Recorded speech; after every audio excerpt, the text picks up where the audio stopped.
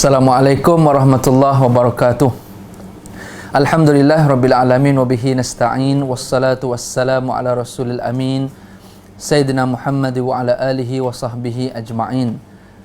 Subhanaka la ilma lana illa ma 'allamtana innaka antal alimul hakim. La haula wa la quwwata illa billahil aliyyil azim. Rabbi shrah li sadri wa yassir li amri wa hlul 'uqdatam min lisani yafqahu qawli. Wasadik lisani bihaqqi Muhammadin sallallahu alaihi wasallam. Allahumma adkhilna mudkhala sidqin wa akhrijna mukhraja sidqin waj'alna min ladunka sultanan nasira. Allahumma arinal haqqa haqqan warzuqna ittiba'ah wa arinal batila batilan warzuqna ijtinabah. Sallallahu alaihi sayyidina Muhammad wa ala alihi wa sahbihi ajma'in walhamdulillahi rabbil alamin summa amma ba'd. Alhamdulillah, pertama sekali kita syukur sebanyak-banyaknya, setingginya kepada Allah Subhanahu Wa Taala. Kita bersyukur kerana Allah Subhanahu Wa Taala memberikan kepada kita apa sahaja yang kita miliki. Sama ada kita suka, sama ada kita tak suka, sama ada kita sedang bergembira, sama ada kita sedang berduka cita, kesempitan atau keluasan dalam hidup kita, syukur tidak boleh hilang dalam pribadi kita. Kerana apabila hilangnya sifat syukur, dia akan mengundang pelbagai lagi sifat mazmumah yang lain dalam diri kita. Bila hilang syukur, dia akan hilang penyakit sabar, dia akan ada hilang sabar. Akhirnya dia akan mula jadi penyakit senang menyalahkan orang lain. Dia mula nanti bila hilang syukur, dia mula jadi ada sifat hasad. Dia mula ada macam-macam sifat mazmumah, sifat-sifat yang tercela. Kadang-kadang sifat-sifat lain itu akan datang bila hilangnya sifat syukur. Maka sebab itu kebanyakan mukaddimah kuliah atau sesiapa pun, kalau kita tengok dalam ucapan-ucapan pun, memang akan sentiasa memperingatkan kita supaya bersyukur kepada Allah Subhanahu Wa Taala. Dengan syukur itulah sebenarnya menjadikan apa yang kita ada pada hari ini, kita akan terus kekal menjadi orang yang tunduk, menjadi orang yang patuh, orang yang merendah diri kerana elemen syukur yang ada. Muslimin dan muslimat, tuan-tuan dan puan sekalian, saya sangat yakin bahawa dalam tempoh kita sedang berada pada proses pengawalan pergerakan sekarang ni, so macam mana sekalipun kita tidak dapat datang ke masjid, tapi dia bukan menjadi alasan kita untuk kita jauh dengan agama, jauh dengan Allah. Ya, dan bagi yang ingin dekat pula dengan Allah, katanya bukanlah semata-mata dekat dengan Allah itu perlu hadir ke masjid sehingga akhirnya melanggar perintah ulil amri, pemerintah-pemerintah kita yang menyuruh kita supaya terus kekal berada di rumah, jangan terlalu bergerak melainkan yang perlu sahaja. Jadi kepatuhan kepada ulil amri ini juga menunjukkan ciri keimanan seseorang. Kerana orang yang beriman itu dia taat kepada Allah, taat kepada Rasul dan taat kepada ulil amri. Ati'ullah wa ati'ur Rasul wa ulil amri minkum.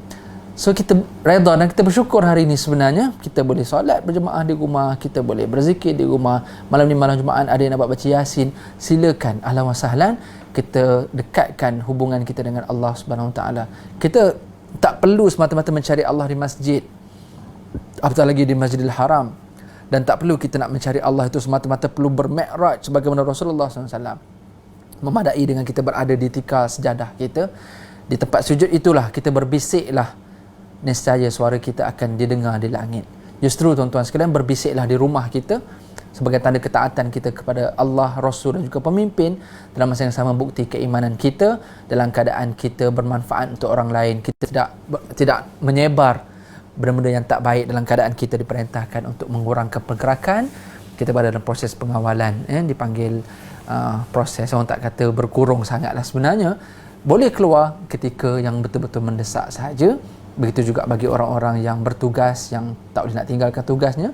Sebagai contoh, kami di Masjid Bukit Julutong hari ini, kita ada imam bila yang bertugas dan beberapa petugas security yang terpaksa menguruskan masjid, dan kami jaga masjid tu. Dan kita live pada malam ni. Terima kasih kepada tuan-tuan dan puan yang menonton malam ni. Kita tetap berkuliah, kita tetap ingin menyerahkan diri kita kepada Allah Subhanahu Wa Taala. Tuan-tuan dan puan sekalian, dengan apa yang berlaku kepada kita semua pada hari ini, saya nak mengajak untuk minit-minit yang awal ini, saya nak mengajak kita semua untuk kita beristighfar kepada Allah Subhanahu Wa Taala. Kenapa penting istighfar? Sebab selepas ini kita akan cerita tentang satu tajuk yang lebih relevan dengan apa yang Allah sedang uji kita pada hari ini, dengan sama ada musibah ke, sama ada coronavirus yang ada, atau apa saja kesempitan dan kepayahan dalam hidup kita.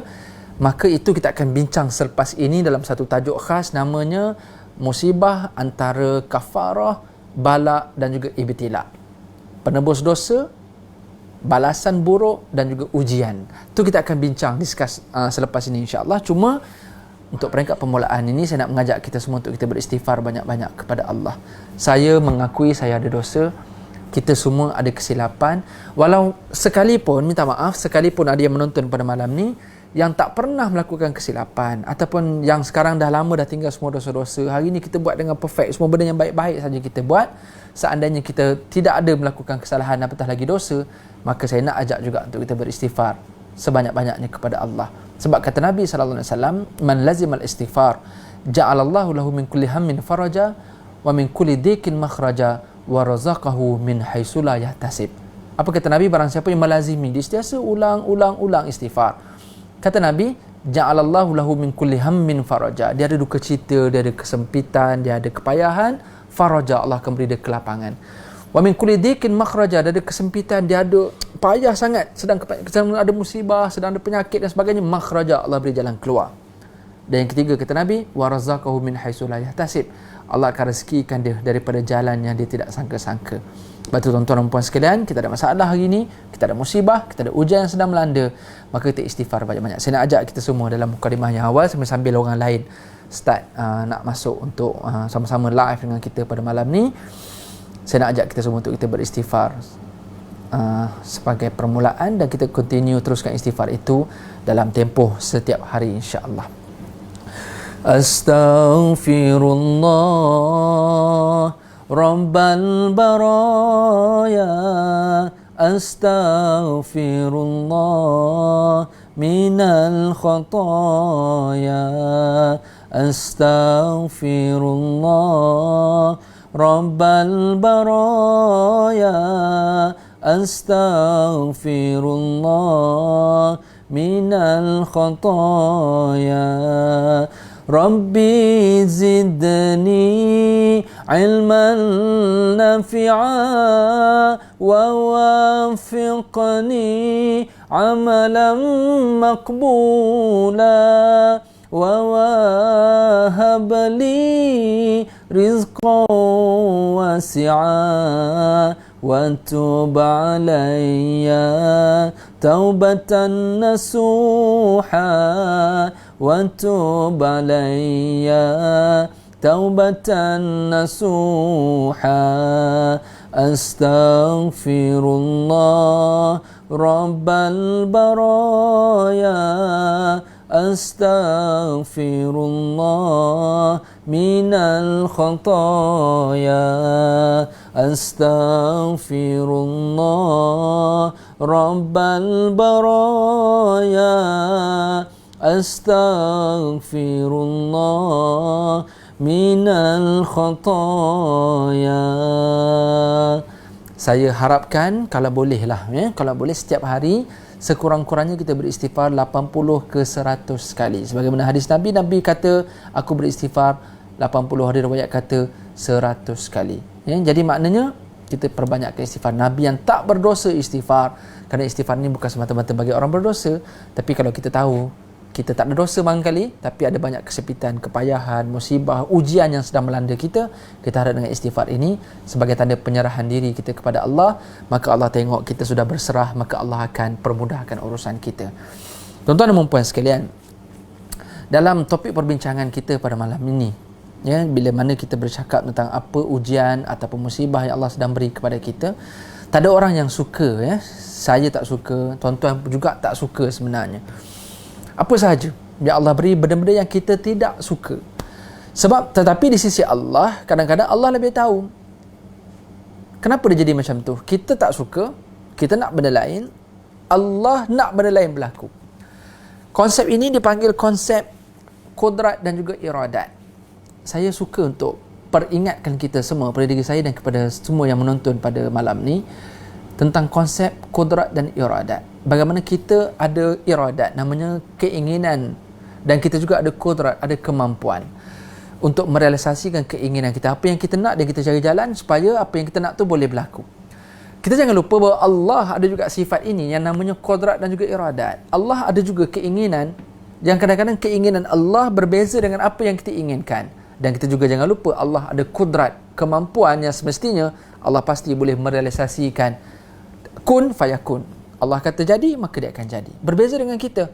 Kita ada keinginan, sama ada mungkin pada kita benda tu baik, tapi mak ayah kita pada kita tak baik. Kerana ilmu yang kita ada, kefahaman, kadang-kadang keinginan kita lebih menurut hawa nafsu. Kita ada keinginan dan kita ada kemampuan untuk merealisasikan. Jadi ada orang walaupun dia ingin buat jahat, maka dia cari jalan untuk buat jahat. Ada orang ingin buat baik, dia cari jalan untuk buat baik.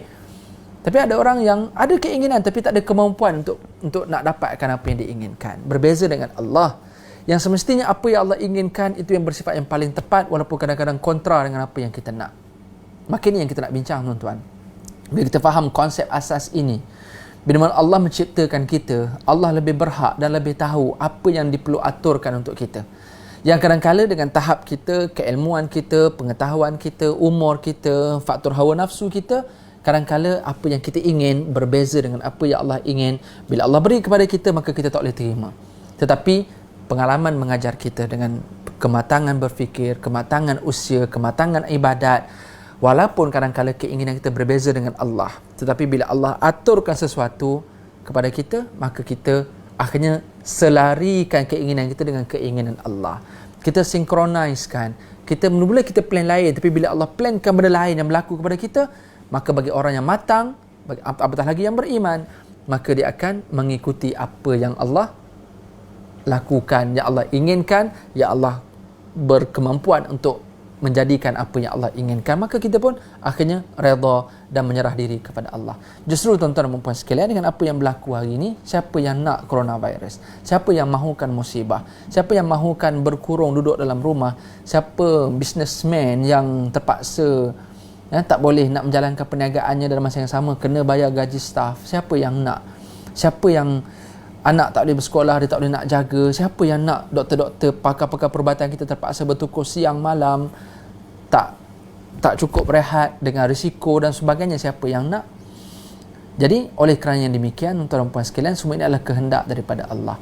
Satu perkara yang kita kena ingatkan, dalam ayat 51 surah At-Taubah, Allah sebut kul lan yusibana illa ma kataballahu lana huwa maulana wa 'alallahi falyatawakkalul mu'minun. Ayat ini tuan-tuan dan puan sekalian, kalau kita boleh sentiasa lazimi baca kul lan yusibana illa ma kataballahu lana huwa maulana wa 'alallahi falyatawakkalul mu'minun. Allah kata apa dalam ayat 51 surah At-Taubah?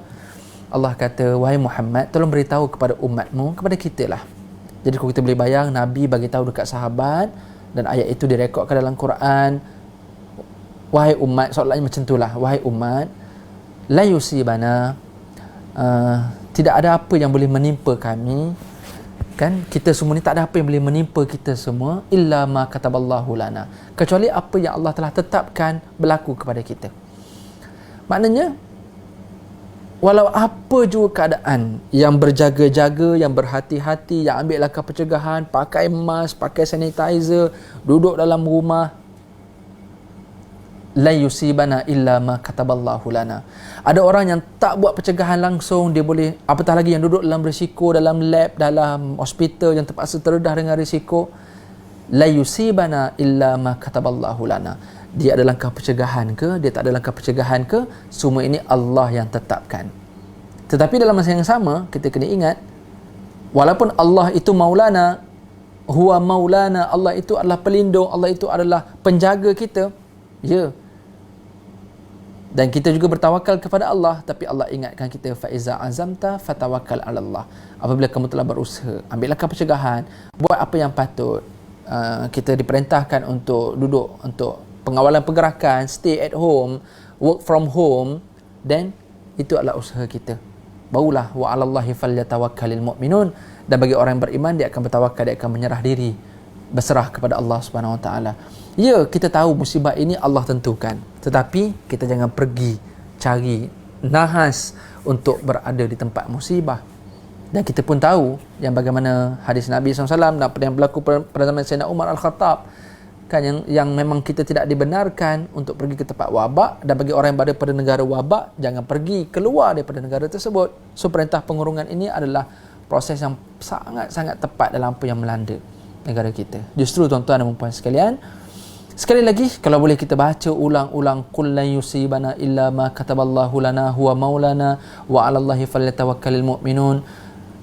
Tiada apa wahai Allah, tiada apa yang boleh menimpa kami kecuali apa yang kau telah tetapkan kepada kami. Kami berusaha ya Allah, kami buat pencegahan, kami duduk dekat rumah, kami tak keluar sangat. Dalam masa yang sama kami berserah diri kepadamu ya Allah, kami berzikir, kami solat jemaah, kami tinggal maksiat. Ini semua wa 'alallahi falyatawakkalul mu'minun, bagi orang beriman dia akan berusaha sungguh-sungguh macam ni dan dia bertawakal kepada Allah. Ada orang berusaha tawakal pula tak ada. Pada dia ini mother nature, ini bukan daripada Allah, ini hukum alam, ini adalah benda sebaran wabak, tak ada kaitan dengan, tak ada agama dengan Tuhan, tak juga. Sebagai orang beriman, dia tahu ini milik Allah. Virus ini adalah milik Allah. Allah yang cipta, Allah berhak untuk mematikan. Dia dalam masa yang sama Allah suruh kita untuk ambil langkah pencegahan. Tuan-tuan muslimin dan muslimat yang dirahmati Allah sekalian, maka untuk itu bila mana kita menyedari ini hakikat, tuan-tuan, dan saya yakin tuan-tuan pun dah boring dah dengar benda ni dah. Semua orang pun cakap benda yang sama je, ini daripada Tuhan, ini kita kena berserah diri kepada Allah, kita buat pencegahan. Ya tuan-tuan, itulah namanya tazkirah saya nak sampaikan kepada kita. Cuma ingatan kepada saya dan kepada kita semua, ingat sekali lagi, la yusibana illa ma kataballahu lana. Dalam arti kata, kalau Tuhan nak tetapkan jadi, jadilah kepada orang tu walaupun dia mangsa keadaan. Dia kadang-kadang dia kontak kepada orang lain, dia dah jaga betul-betul tapi kebetulan kontak, dia terpaksa duduk rapat dengan orang yang kena, yang dijangkiti dan seumpamanya. Na'udzubillah min zalik. Saya pun jaga-jaga, tuan-tuan pun jaga-jaga juga. Macam mana sekalipun kita berserah diri kepada Allah dan kita berusaha sungguh-sungguh untuk buat langkah pencegahan sebaik mungkin supaya kita, family kita, anak-anak kita, rakan-rakan, jiran tetangga kita semuanya selamat daripada musibah yang sedang melanda. Tuan-tuan dan puan sekalian, maka untuk itu bila kita faham ni konsep asas yang kita ulang-ulang selalu, biar kita semua clear bab ni. Sebab kalau kita tak clear bab ni tuan-tuan, ini kita punya akar, ini kita punya asas, akhirnya kita akan jadi panik, kita akan jadi gelabah dekat luar tuan-tuan. Sampai ada orang buka tingkap rumah pun tak nak, akhirnya takut sangat udara dan seumpamanya. Ada yang sampai panic buying, yang beli barang sampai rumah penuh sangat barang, sampai dia takut sampai macam tu sekali. Ya, dia stres, dia anxiety dan seumpamanya. Tapi kena ingat tuan-tuan, kalau Allah berikan musibah, kita berada di mana sekalipun Allah boleh berikan. Sebab tu kita kata pencegahan kita buat sungguh-sungguh, dalam masa yang sama jangan sesekali lupa tentang konsep tawakal kepada Allah. Tuan-tuan dan puan sekalian, maka sekali lagi kita nak fokuskan topik perbincangan kita kepada malam ini dengan apa yang Allah berikan kepada kita. Bila kita dah faham konsep asas tadi, maka kita tengok, okey, kalaulah saya dah buat pencegahan, saya dah tinggal maksiat, saya dah jaga solat, saya dah buat zikir, saya dah solat jemaah di rumah, saya dah baca yasin, saya dah solat hajat, saya dah ambil zikir maksurat, semua saya dah buat. Tiba berlaku juga dekat saya. Ada orang yang buat maksiat, elok pula dia sihat.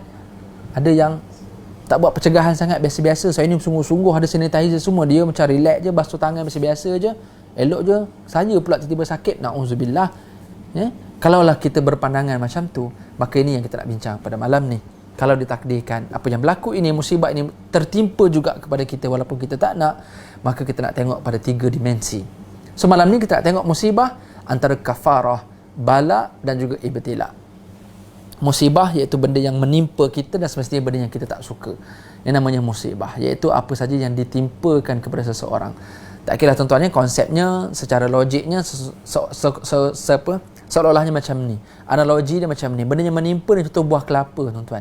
Tiba-tiba jatuh dekat sebelah kita, kita terkejut. Siapa pun tak suka buah kelapa tiba-tiba jatuh dekat dia, apatah lagi jatuh atas kereta baru dia. Macam hujan, dia tak nak hujan, tiba-tiba hujan menimpa dia, hujan turun, dia tak suka. Apa lagi? Apa-apa benda yang bersifat menimpa tuan-tuan. Tetapi kalau dia bersedia menanti apa yang nak menimpa, dia bersedia, dia tunggu buah kelapa jatuh, dia send beruk ke atas tu, beruk tu pulas-pulas, dan dia bersedia dengan benda yang nak menimpa tu. So dia akan relax, dia akan bertenang. Sama juga hujan tadi, dia bersedia dengan hujan, malah dia yang minta hujan ketika tanaman dia mungkin tak subur, tanah dia jadi kering kontang, hujan tak turun, panas sangat, maka dia bersedia dengan hujan dan timpa hujan, dia jadi happy pula dengan apa yang menimpa. Itu seolah-olah logiknya begitu. Kita kena bersedia dengan musibah. So persediaan itu datang daripada mana? Persediaan jiwanya. Dia kena bersedia dari sudut jiwanya. Bila berlaku musibah, maka dia tidak akan menyalahkan Tuhan, maka dia akan melihat kepada 3 keadaan. Yang pertama tuan-tuan, musibah itu dia datang kepada seseorang, tetapi dia bukan sekadar menjadi musibah, tetapi di sebalik musibah itu dia menjadi kafarah. Apa dia maksud kafarah? Kafarah ni adalah penghapus dosa. Kafarah ni tuan-tuan puan sekalian, dia adalah penebus kesilapan-kesilapan, itu maksudnya. Kita sedar, kita baik, tapi dalam masa yang sama kita sedar kita pun ada buat silap. Semua orang tak payah tengok orang lain, saya tengok diri saya, apa kelemahan saya. Saya tahu saya jaga ibadat, saya tahu saya buat baik, saya tolong orang. Kita tahu apa yang kita buat, tapi kita juga tahu ada benda silap yang kita buat. Kadang-kadang kita cakap buruk tentang orang, kadang-kadang kita buat benda yang tak betul, kita parking kereta menyusahkan orang, kadang-kadang kita mungkin menyakitkan hati jiran yang kita tak perasan. Kadang-kadang ada banyak benda, apatah lagi yang kita sedar dosa-dosa yang kita buat. Ada orang yang pernah mencuri, ada orang yang pernah berzina, ada orang yang pernah minum arak. Dia tahu kesilapan dia. Maka tuan-tuan, kalau ditakdirkan hari ini kita dah jadi baik, dan tapi dalam masa yang sama kita masih ada buat silap, apatah lagi dosa kecil ataupun besar, maka Allah berikan musibah kepada kita, maka kita memandang, ya Allah, Kau jatuhkan aku dengan musibah, dengan penyakit, dengan hilang barang, dengan rumah terbakar, dengan kuman, dengan coronavirus, dengan wabak penyakit, na'udzubillah. Ya Allah, Engkau turunkan benda ni, ya Allah, seandainya ini sebagai kafarah aku, maka aku redha. Maka bagi orang yang pernah mengaku dia berdosa dan dia minta ampun kepada Allah, Allah nak hapus dosa manusia dengan pelbagai cara, tuan-tuan. Ada orang Allah boleh hapus dosa dia dengan berzikir je. Contoh lepas sembahyang kita berzikir. Kan kita banyak dosa-dosa kecil kadang-kadang kita buat yang kita tak perasan. Dosa-dosa kecil, dosa besar kita kena bertaubat nasuha. Kan kita kena bertaubat, kita kena hentikan apa yang kita buat, kita kena merasa jijik dengan apa yang pernah kita lakukan.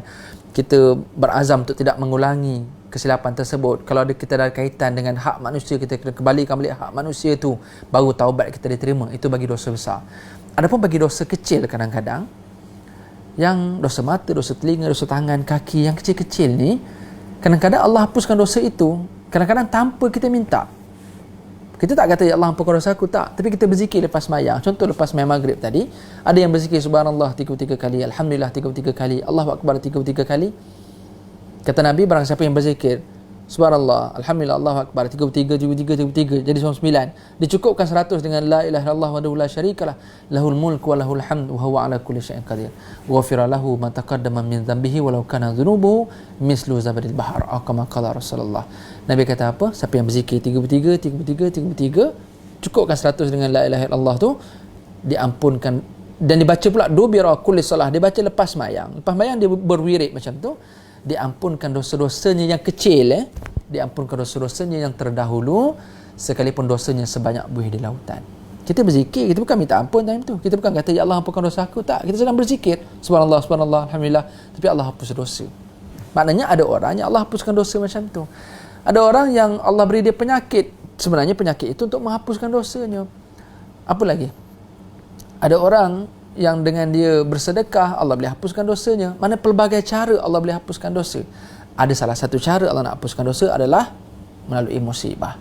Sebab dia minta ampun, dia sedar dirinya salah, maka Allah nak ampun dia dengan cara Allah beri musibah. Allah lebih berhak tahu. Allah lebih tahu kenapa ada orang yang Allah nak hapus dosa dengan cara Allah hapus macam tu je. Ada orang yang Allah nak hapus dosa, aku nak bagi punishment, aku nak hukum sikit orang ni supaya dia jangan ulang lagi. Maka Allah beri musibah kepada orang tu supaya orang tu dia tersentak dan akhirnya dia jadi takut untuk nak buat balik. Mungkin Allah lebih tahu. Ada orang A macam ni, B macam ni, Allah berhak nak pilih macam mana cara hapus dosa. Cuma kita berharap, saya dan kita semua yang menonton hari ini, kita berharap kita dapatlah pengampunan daripada Allah dengan cara yang paling mudah. Tak lama lagi bulan Ramadan, kan Allah nak hapus dosa. Ini bulan pengampunan, tuan-tuan. Maka gunakan peluang sungguh-sungguh bulan Ramadan, dan kita berharap virus atau musibah yang sedang melanda kepayahan ini telah beransur pulih dan kita dapat seronok di bulan Ramadan. Boleh mengimarahkan masjid, surau kita, memperbanyakkan ibadat kita. Kita boleh keluar dengan baik untuk menikmati juadah berbuka puasa sebagai contoh. Kita berharap Ramadan ini Allah telah pulihkan sebelum Ramadan ini, insya-Allah. Very soon, insya-Allah, kita yakin virus ini daripada Allah dan Allah berhak untuk meniadakan dia satu hari nanti. Kita berharapnya dengan istighfar kita, dengan minta ampun kita, maka Allah beri musibah ini mungkin kerana Allah nak ampun dosa kita, maka ini namanya musibah sebagai kafarah. Ada satu hadis Nabi SAW, Nabi pernah sebut apa? Tidaklah seorang hamba itu dicucuk atau ditusuk dengan satu duri, tuan-tuan, boleh bayang duri atau selumbar, benda yang tajam-tajam yang kecil-kecil tu. Tidaklah seorang hamba ditusuk dengan satu duri melainkan Allah ingin menghapuskan dosanya. Bayang, tuan-tuan, Sakit sikit je duri tu, berapa minit je sakitnya tu, itu pun untuk hapus dosa. Apatah lagi kalau Allah beri musibah. Yang ditakdirkan, kita dah buat langkah pencegahan, dah pakai sanitizer, kita dah berzikir, berwirid maksurat, kita baca ayat muawwizat. Nanti kat ujung nanti kita share tips apa ayat-ayat perlindungan yang kita boleh buat sepanjang musim musibah ataupun musim kepayahan ni. Jadi kita dah buat dah semua pencegahan tu tuan-tuan ya, tapi ditakdirkan Tuhan beri juga penyakit itu, na'udzubillah min zalik. Tolong doakan supaya saya sihat, keluarga saya sihat, anak-anak saya sihat daripada virus ni, dan saya doakan kepada anda semua yang menonton dan kita semua sihat, dan bagi yang memang dijangkiti harapnya beransur pulih dengan segera insya-Allah. So tuan-tuan, ditakdirkan kalau berlaku juga, maka kita berharap dan kita berdoa dengan Allah, ya Allah, kau mentakdirkan kepada aku musibah ini, maka kau jadikan musibah ini sebagai kafarah, penghapus dosa-dosa aku. Jadi tuan-tuan, kalau kita rasalah Allah sedang ingin menghapus dosa kita, kita legalah sikit ya, sebab ini proses. Kita sakit terlantar atas katil, nak bernafas susah, nak makan tak selera, maka sebenarnya itu proses penghapusan dosa. Maka bila kita tahu macam tu, sekurang-kurangnya dia mengubat hati, mengubat jiwa kita. Kita rasa kuatlah sikit bila mana kita dah set mindset kita, oh Allah tetapkan juga musibah ini kepada aku, harapnya ia sebagai kafarah, sebagai penebus dosa-dosa aku, penghapus kesilapan-kesilapan aku yang lampau. Kita harapnya macam itulah ya. Tuan-tuan dan puan muslimin dan muslimat saudari sekalian, itu yang pertama. Dia akan berlaku kepada musibah sebagai kafarah, dia akan berlaku kepada orang yang baik, tapi dalam masa yang sama dia masih ada buat jahat, dia masih ada buat silap. Maka kesilapan itu Allah ingin hapuskan supaya di akhirat dia tidak dihukum, tidak diazab oleh Allah. Maka Allah nak kafarah sekarang supaya dia dekat akhirat dia tak kena.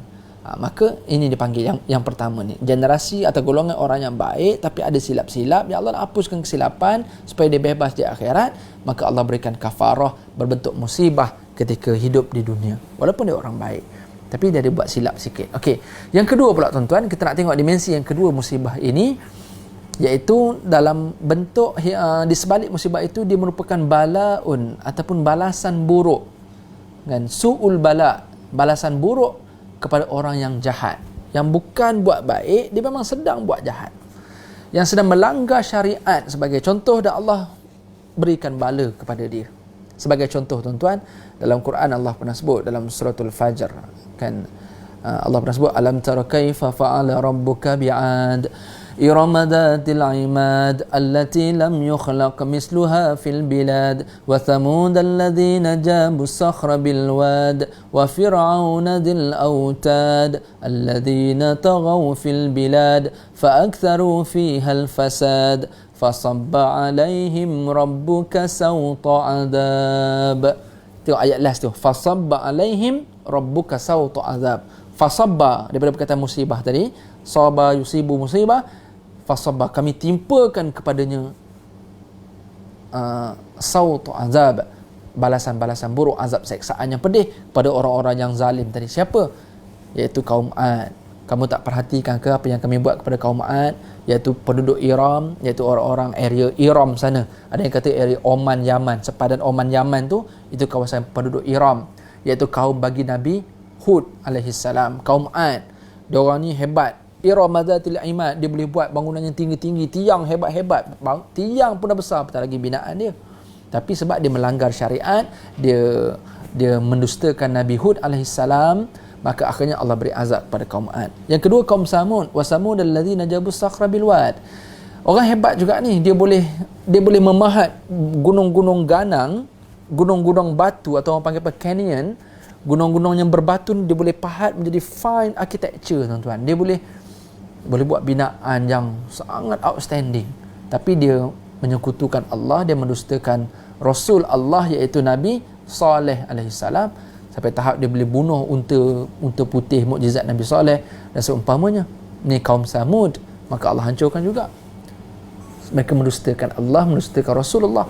Dan yang ketiga iaitu Fir'aun Zil Autad yang hidup pada zaman Nabi Musa AS. Zil Autad dia buat binaan yang kukuh, binaan yang hebat-hebat. Fa'aksaru fiha fasad. Mereka semua ni Allah kata apa? Alladzina taghaw fil bilad, semuanya melakukan kerosakan, melampaui batas di negara masing-masing, pada pemerintahan masing-masing. Dan fa'aksaru fiha fasad, kebanyakan mereka melakukan kerosakan dan kefasadan. Ini nak kata dia orang yang jahat tuan-tuan. fasabba alaihim rabbuka sawta azab, maka Allah beri musibah sebagai azab seksaan kepada mereka.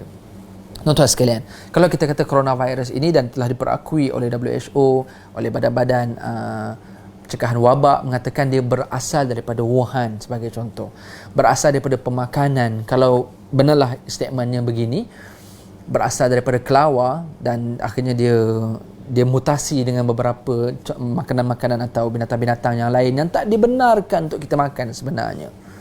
Maka kerana itu melanggar syariat. Sebab tu Islam datang dengan syariat. Islam datang dengan kulu mimma fil ardi halalan tayyiba, makan apa yang ada di atas muka bumi ini yang halal dan juga baik. Mana bukan sekadar halal, mana binatang yang wajib disembelih, binatang yang tidak bertaring, binatang yang bukan babi, anjing, kan konsep-konsep binatang halal. Dalam masa yang sama binatang yang tayyiba, mana makanan-makanan yang tayyib. Maknanya dia mesti bersih, penyediaannya, penyuciannya, apa sahaja, ingredientnya, cara makan dan seumpamanya. Apatah lagi kalau bercampur-campur dengan makanan-makanan eksotik, apatah lagi yang tidak dibenarkan oleh pertubuhan dunia dalam bab haiwan-haiwan ni. Ambil pula haiwan eksotik, kemudiannya dalam haiwan itu tidak dibenarkan pula oleh syariat, maka tidak ada pula penyediaan dengan cara yang tayyibah, yang baik, malah boleh mengganggu kesihatan, maka Allah boleh berikan musibah itu berbentuk balasan buruk kepada orang yang engkar kepada Allah, sebagaimana yang berlaku bagi kaum-kaum yang engkar kepada Allah. Cuma kita perlu clear juga, kerana ada juga orang yang engkar Allah tak beri balasan buruk. Macam mana pula? Itu namanya istidraj. Ada orang yang dia terus melakukan kerosakan, Allah memang nak dia enjoy dengan kerosakan, kejahatan yang dia buat. Allah memang sengaja tak nak pilih untuk beri musibah kepada dia supaya dia terus enjoy, supaya dia tak sempat bertaubat, dan mudah bagi Allah untuk memberikan azab seksaan kepadanya di dunia dan juga di akhirat. Allah sengaja buat macam itu. So hati-hati bagi orang yang berterusan melanggar syariat.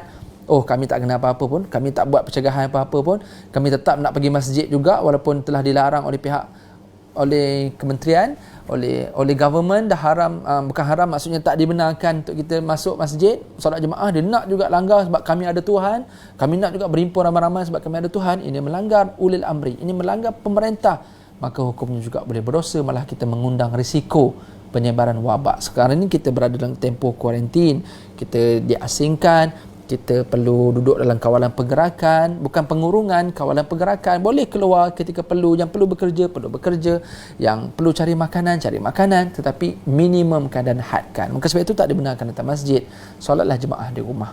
Dan jangan risau, kita pun dah tahu hadis Nabi SAW, barang siapa yang tertahan, yang dia tak boleh nak buat dengan sempurna sebagaimana dia biasa, maka dia akan dapat juga pahala sebagaimana keadaan asal dia. Orang yang biasa baca Quran, tiba-tiba lama-lama dia makin sakit, makin merosot kesihatannya, mata tak nampak, bacaan pun dah tak pernah okey, dia akan dapat juga pahala-pahala sebagaimana yang dia dah biasa buat dulu.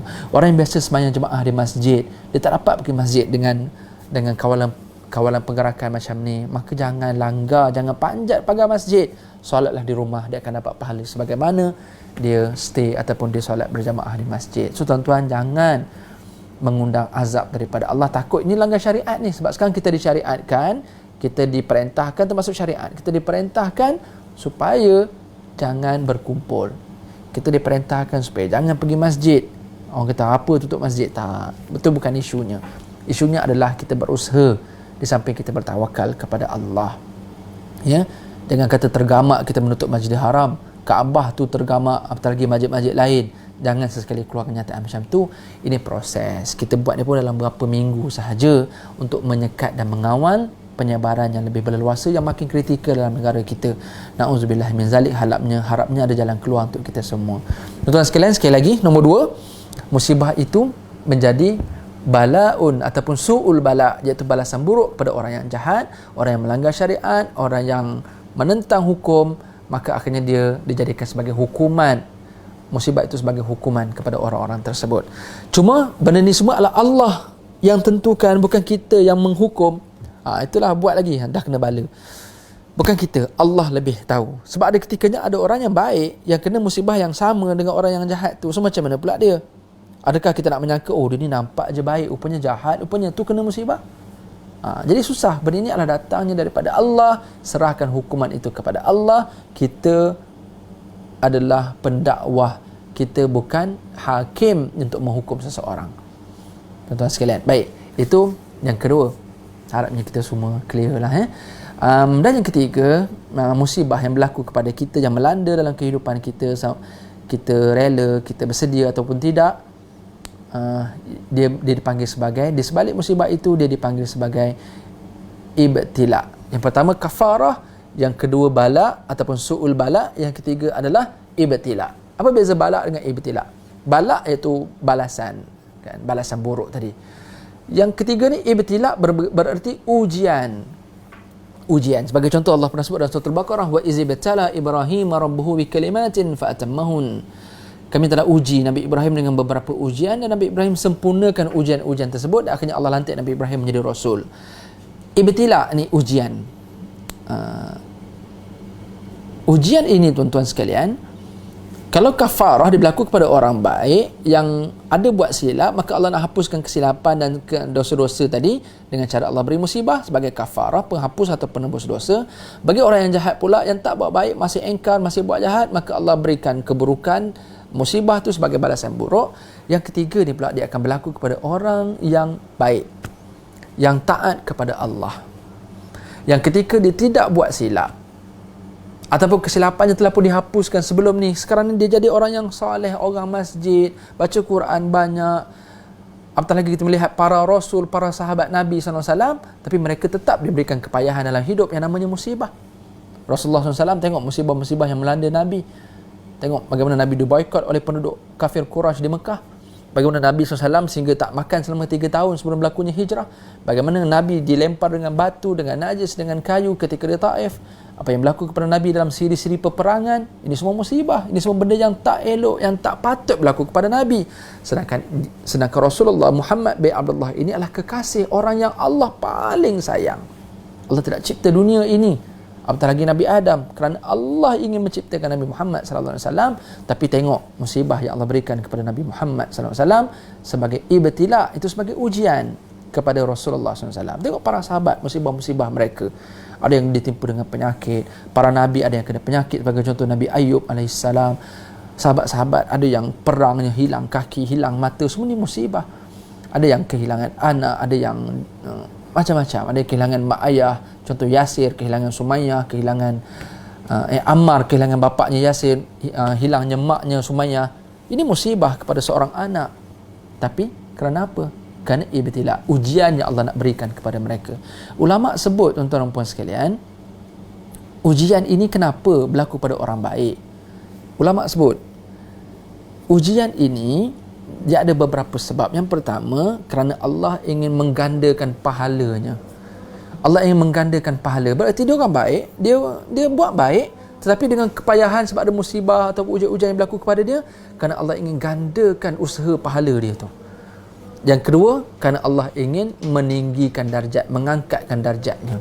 Maka tuan-tuan, kalau tuan-tuan orang yang baik, tiba-tiba tuan-tuan kena penyakit, kita dah buat dah pencegahan semua sekali, tiba-tiba ditakdirkan la yusibana illa ma kataballahu lana. Kita ingat balik ayat 51 surah At-Taubah, kita dah jaga sungguh-sungguh, dah betul-betul buat langkah pencegahan, kita dah tak keluar merata-rata, kita duduk dalam proses kawalan pergerakan, ditakdirkan kita menjadi mangsa juga, kena juga COVID-19 sebagai contoh, na'udzubillah min zalik. Maka kita berharap dia sebagai ibtila kepada kita, ataupun dalam masa yang sama menjadi kafarah kepada kesilapan kita.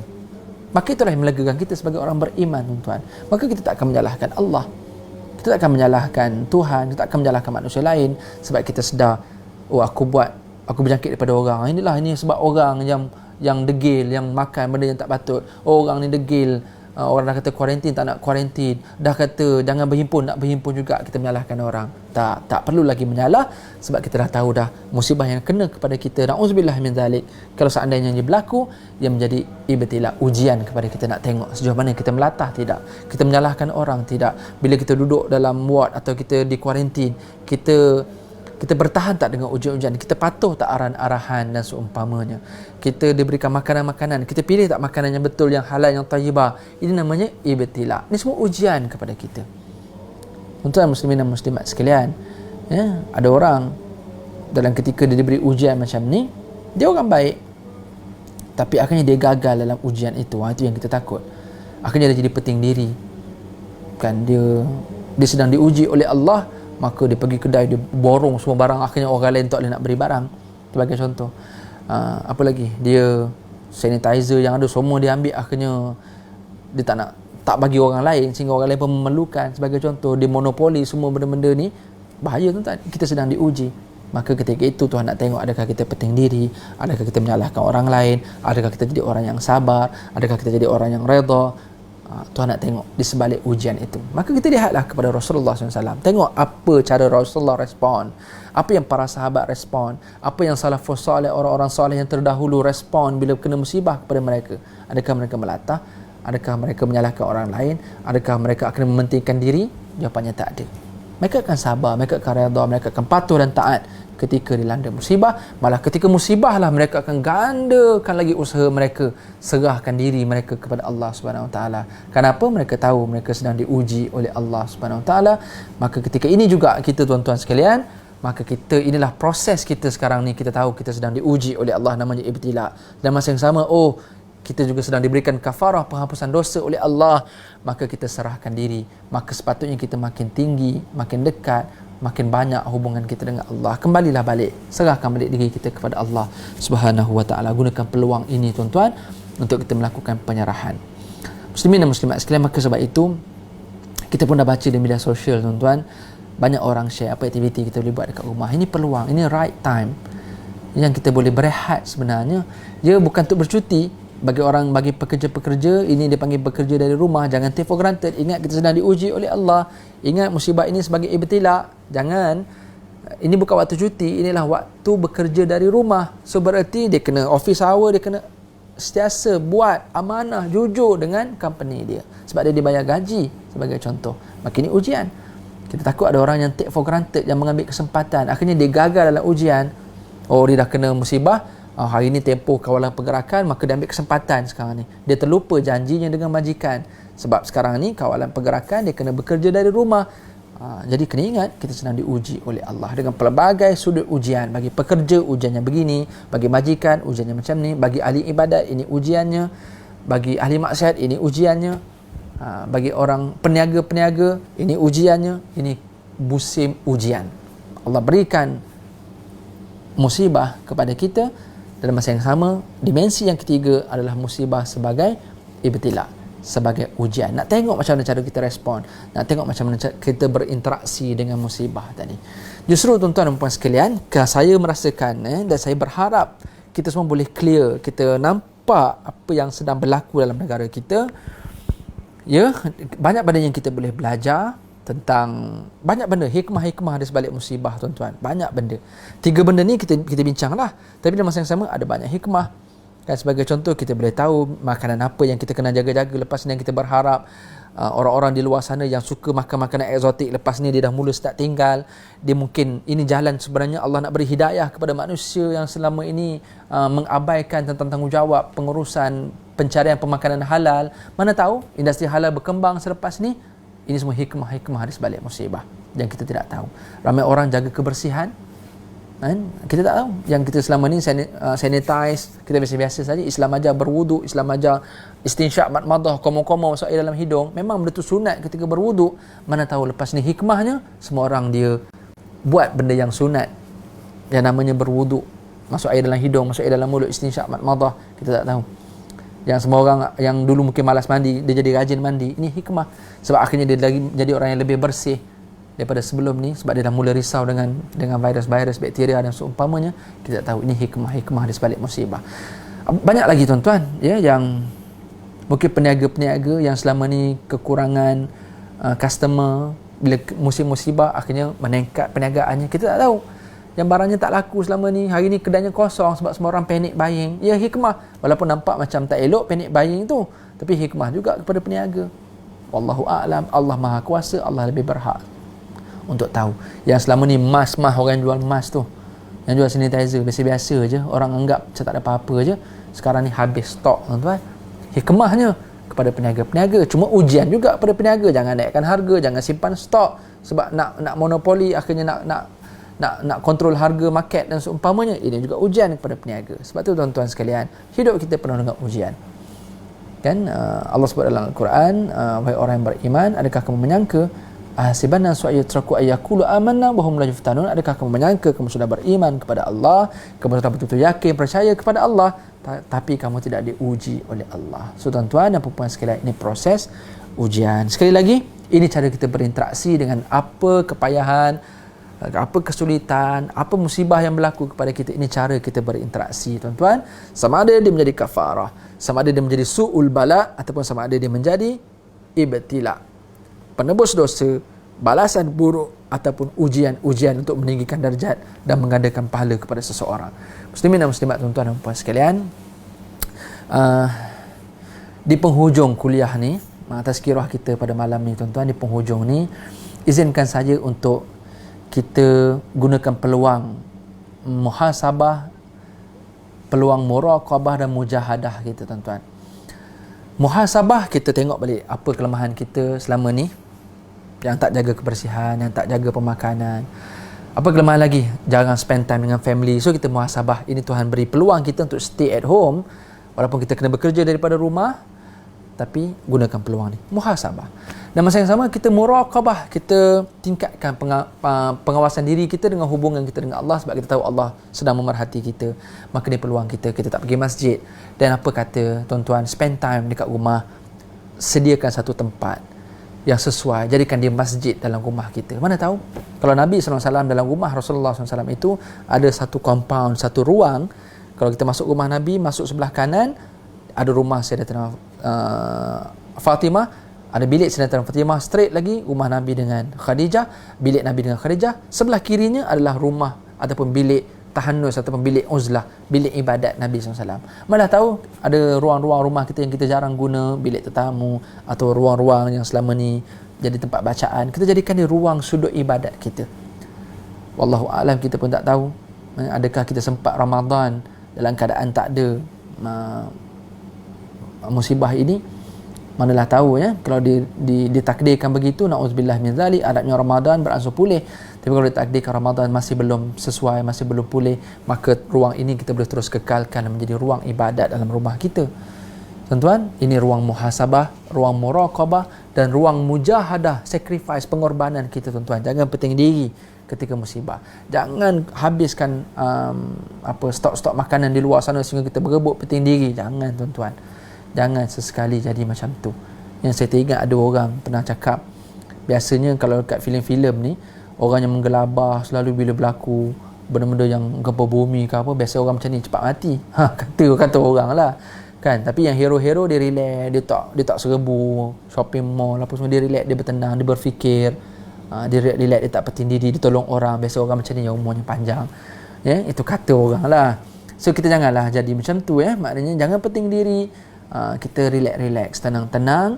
Ini mujahadah, sacrifice. Jangan penting diri, berkorban untuk orang lain, bantu orang lain. Petugas-petugas medik dekat luar sana, petugas-petugas jalan raya, pihak-pihak keselamatan yang kena bertugas, mereka semua terdedah dengan risiko, tuan-tuan. Ini mujahadah mereka, ini sacrifice, ini pengorbanan mereka. Doakan mereka supaya mereka sihat, selamat. Dalam masa yang sama, kita berharap Allah berikan ganjaran yang setinggi-tingginya kepada mereka. Namun bagi tuan-tuan perempuan yang ada rezeki lebih, apa kata, berikan sumbangan-sumbangan kepada mereka-mereka yang berkhidmat, menjaga keselamatan, menjaga kesejahteraan, kesihatan dalam negara kita semua. Tuan-tuan sekalian, maka di hujung ini, dengan muhasabah, dengan muraqabah dan mujahadah ini, tuan-tuan, kita kembalikan diri kita, serahkan diri kita kepada Allah Subhanahu Wa Taala. Dan saya menyeru pada kita semua, yang pertama, perbanyakkan istighfar, at least 70 ke 100 kali, at least ya. Kalau kita setiap kali waktu solat kita jadikan 20 kali, 5 waktu solat, insya-Allah selesai 100 kali istighfar. Itu nombor 1. Okey, nombor 2, apa kita nak buat, tuan-tuan? Saya cadangkan kita dapatkan buku maksurat. Ramai orang dah hafal, alhamdulillah. Himpunan zikir-zikir yang maksur. Maksur ni berarti datang daripada Quran, datang daripada hadis Nabi. Himpunan zikir-zikir yang diamalkan oleh Rasulullah, para sahabat, ulama-ulama terdahulu, disusun semua sekali ni. Dalam maksurat ada banyak kompilasi zikir-zikir muawwizat, ayat-ayat perlindungan. Ada 3 kul. 3 kul ni penting, tuan-tuan. Sebelum tidur malam baca 3 kul. Nabi buat setiap, jangankan time wabak, time biasa Nabi buat, dah jadi habit, dah jadi rutin Rasulullah SAW baca 3 kul. Qul Allahu ahad, Qul A'udzu Falaq, Qul Rabbin Nas. Bukan kul. Baca betul-betul, Nabi akan hembus dekat tangan dan Nabi akan sapu mana yang Nabi sampai. Sebagai perlindungan. Ayat muawwizat, dalam tu ada 3 kul, dalam tu ada ayat kursi, dalam tu ada ayat 1 hingga 5, surah Al-Baqarah, Dalam tu ada apa? Bismillahirrahmanirrahim, la yadurru ma ismi syai'un fil ardi wala fis sama' wa samiul alim. Dalam surat itu ada a'udzu bikalimatillahi tammati min syarri ma khalaq. Dalam surat ada Allahumma afini fi badani, Allahumma afini fi sam'i, Allahumma afini fi basari. Kita minta sihat pada badan, pada telinga, pada pendengaran, penglihatan. Ini semua perlindungan, tuan-tuan. Ada apa? Allah ada doa Allahumma inni a'udzubika minal hammi wal hazan. Ya Allah, aku minta perlindungan daripada-Mu daripada duka cita, risau. Ni kita tengah risau, tuan-tuan. So, ayat maksurat atau zikir-zikir yang terhimpun yang namanya zikir maksurat itu saya cadangkan tuan-tuan baca dan amalkan. Dapatkanlah di internet, pembuka je maksurat, dah ada PDF. Amalkan, tuan-tuan. Doakan supaya saya boleh amalkan. Elok kita baca lepas subuh, elok kita baca lepas asar. Asbahna wa amsayna, maksurat. Jangan tinggal. Yang ketiga, tuan-tuan, apa kita nak buat musim-musim musibah ini? Perbanyakkan sedekah. Nak sedekah macam mana, Ustaz? Saya takut nak keluar. Tak boleh nak keluar. Okey, sedia satu tabung, setiap hari masuk duit dalam tabung tu. Dah tempoh selepas pengurungan nanti, pengurungan pula apa, lepas tempoh kawalan pergerakan, masuk 1 April kita rasa kita dah boleh keluar, then serahkan duit tabung itu. Atau bagi oleh online transfer. Jadikan sedekah. Mana tahu penyakit-penyakit yang ada boleh selesai dengan sedekah. Dalam hadis Nabi sebut, dawu mardakum bis sedekah. Ubatilah penyakit kamu dengan sedekah. Kita tak tahu sedekah ni sebagai antivirus kita. Na'udzubillah. Okay, di samping sanitizer, saya tak nafikannya tu, jangan salah faham ya. Sanitizer tu adalah antibakteria, antivirus kita. Dalam masa yang sama, sedekah juga rupanya malah tahu sebagai pendinding, sebagai fortress, sebagai benteng kita semua. Apa lagi, tuan-tuan, yang kita nak buat? Solat jemaah tolong jaga. Gunakan waktu yang berkualiti di rumah ni untuk jaga hubungan dengan Allah. Solat jemaah, tilawatul Quran, gunakan peluang Rejab Syaban ni tak lama lagi, dengan puasa sunat dan seumpamanya. Ini peluang-peluang yang sedang Allah berikan kepada kita. Nak tengok Allah, nak tengok kita ambil peluang ke tidak, supaya kita jadi orang yang berguna, yang bermanfaat untuk diri sendiri dan bermanfaat untuk orang-orang lain. Muslimin dan muslimat, tuan-tuan sekalian, apa lagi selain daripada istighfar, selain daripada sedekah, selain daripada maksurat, selain daripada apa tadi, jaga solat jemaah, bonding time dengan family, apa yang kita boleh buat yang selama ni tertangguh di rumah, maka gunakan peluang ini di rumah. Dalam masa yang sama, jangan lupa bagi pekerja-pekerja, jangan jadikan ini sebagai waktu cuti, ialah waktu bekerja dari rumah. So, still kena online, still kena follow up dengan majikan, jangan take for granted, jangan ambil kesempatan, sebab kita sedang diuji oleh Allah Subhanahu Wa Taala. Muslimin dan muslimat, tuan-tuan pun sekalian, maka saya rasa untuk malam ini yang mampu saya sampaikan sebagai renungan dan muhasabah, ingatan juga kepada saya dan kepada anda, muslimin dan muslimat, tuan-tuan dan puan-puan sesaudari sekalian. Please tolong share kita punya live Facebook ini, sebab ya, tuan-tuan tak datang masjid, tapi kita share, kita spreadkan words, kita sebarkan kata-kata ini kepada sesiapa sahaja, muslim atau not yet muslim atau non-muslim. Kita sebarkan sebagai renungan psikologi kita, supaya kita boleh tenang-tenang, kita boleh enjoy dengan musibah yang sedang kita alami. Bukanlah begitu kita sedang berhibur, enjoy arti kata kita tenang-tenang ketika kita sedang diberikan kepayahan dan kesulitan ini. Dan tuan-tuan, saya rayu tuan-tuan untuk stay at home, work from home, dan patuh undang-undang dan juga arahan-arahan daripada pihak berkuasa. Dalam masa yang sama, jagalah hubungan dengan Allah di samping hubungan dengan manusia. Jaga diri, stay safe, dan jaga pemakanan, jaga kesihatan semua. Dan saya rayu pada tuan-tuan untuk perbanyakkan doa-doa perlindungan, doa-doa tolak bala, tolak wabak sebagai contoh, dan perbanyakkan doa-doa dan hubungan kita ini panjatkan kepada Allah. Mudah-mudahan Allah dengar rintihan-rintihan kita semua, dan Allah boleh hindari kita, dan Allah selamatkan, selesaikan masalah ini semua, insya-Allah. Jadi tuan-tuan dan puan sekalian, kita tutup pertemuan kita malam ni dengan doa. Semoga Allah sudi untuk mendengar doa kita dan Allah memperkenankannya, insya-Allah. Auzubillahi minasyaitonirrajim. Bismillahirrahmanirrahim. Alhamdulillahirabbil alamin, wassalatu wassalamu ala asyrafil mursalin sayyidina Muhammad wa ala alihi wa sahbihi ajma'in.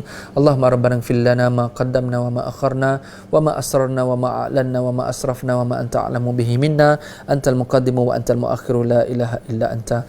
Allahumma ya Allah, ampunkan dosa dan salah silap kami ya Allah, dosa yang terdahulu ataupun dosa yang terbaru, yang latest ini ya Allah, dosa yang kami sedar ataupun dosa yang tidak kami sedari, dosa yang kami sengaja ataupun dosa yang kami tak sengajakan ya Allah, dosa yang kami tahu ataupun yang kami tak tahu ya Allah, dosa yang kami buat terang-terang ataupun dosa yang kami buat sembunyi-sembunyi ya Allah, atau apa-apa sahaja yang kami tak tahu tapi bagimu ya Allah ia adalah dosa dan salah ya Allah. Ampunkan kesalahan dan kesilapan kami ini ya Allah. Janganlah disebabkan dosa kami ini menjadi sebab Engkau memberikan musibah kepada kami ya Allah. Hindari dan musibah-musibah dalam kehidupan kami, dalam keluarga kami, dalam negara kami, dalam dunia kami ini ya Allah. Hindarilah kami daripada virus, wabak, penyakit ini ya Allah. Allah makshif anna minal bala, Allah manfa'anna minal bala, Allah manfa'anna minal bala'i wal waba' wal fahsya. Ya Allah, hindarilah kami ya Allah. Jadikanlah benteng antara diri kami, keluarga family kami, dunia kami, negara kami ya Allah. Bentenglah kami daripada wabak, penyakit, daripada bala-bala dan juga segala kejahatan dan keburukan ini ya Allah. Bentenglah kami ya Allah, hindarilah kami ya Allah. Ma la yarfa'u anhu wa la yakshifu anhu ghairuk. Tiada siapa yang boleh membentengnya, menghindarinya melainkan Engkau ya Allah. Allahumma ya Allah, kami mengakui salah silap kami ya Allah. Sekarang Kau sedang menguji kami dengan musibah, dengan wabak ini ya Allah. Maka kami patuh dan taat. Kami kembalikan diri kami serahkan diri kami kepadamu ya Allah. Kami berusaha dengan semua langkah pencegahan pada ketika ini ya Allah. Dalam masa yang sama kami serahkan, kami bertawakal kepadamu ya Allah. Engkau lah yang mendengar, Engkau lah yang berkuasa terhadap virus ini ya Allah. Engkau yang menciptakannya ya Allah. Yang virus ini sepatutnya berzikir kepadamu ya Allah. Maka Kau jadikanlah kejahatan virus-virus ini ya Allah, maka Kau berikanlah kebaikan kepadanya untuk kembali berzikir kepadamu ya Allah, dan mereka tidak memberikan keburukan kepada kami ya Allah. Allahumma ya Allah ya Rahman Rahim, kami minta perlindungan denganmu ya Allah daripada sebarang keburukan, kejahatan. Hindarilah kami daripada sebarang keburukan dan segala kemungkinan-kemungkinan yang tidak baik ini ya Allah. Seandainya Kau takdirkan berlaku juga kepada kami ya Allah, kami redha ya Allah, tapi Kau jadikanlah musibah itu sebagai kafarah ataupun sebagai ibtila, sebagai ujian pengangkat darjat, sebagai ujian untuk penambah pahala-pahala kami dan penghapus dosa-dosa kami ya Allah. Allahumma ya Allah ya Rahman Rahim, ya mujibas sa'ilin, janganlah Kau uji kami melainkan apa yang mampu kami tempuhi sahaja ya Allah. Berikanlah kekuatan kepada jiwa, berilah kekuatan kepada iman kami ya Allah, serta berikanlah kekuatan kepada diri kami untuk memperbanyakkan amal-amal kepadamu ya Allah. Allahumma ya Allah ya Rahman Rahim, ya mujibas sa'ilin, Engkau mendengar doa-doa kami ya Allah. Sesungguhnya kami tertahan di rumah-rumah kami ya Allah. Kami tidak mampu menjejakkan kaki ke rumah-rumahmu ya Allah. Maka ya Allah, janganlah Kau tahan kami untuk menjejakkan kaki kami ke rumahmu ya Allah, disebabkan dosa-dosa dan kesilapan lampau kami ya Allah. Maka Kau bukakanlah kembali jalan kepada kami untuk memijak rumah-rumahmu ya Allah. Dalam masa yang sama kami menjadikan rumah kami ini sebagai ibadat, sebagai rumah ibadat terhadap-Mu ya Allah. Allahumma ya Allah ya Rahman Rahim, dengarlah permohonan kami ya Allah. Ampunkan dosa kami ya Allah. Sihatkanlah tubuh badan kami, berikanlah keselamatan kepada kami, keluarga kami, negara kami ya Allah. Berikanlah keampunan, kejayaan, kebahagiaan dunia dan akhirat kepada kami. Rabbana atina fid dunya hasanah wa fil akhirati hasanah wa qina adzabannar. Wa sallallahu ala sayyidina Muhammad wa ala alihi wa sahbihi ajma'in. Walhamdulillahirabbil alamin. Saya Ustaz Syarizan Daud, saya mohon maaf salah silap saya. Ada rezeki nanti kita jumpa lagi insya-Allah. Aku qauli hadza wa astaghfirullah. Assalamualaikum warahmatullahi wabarakatuh.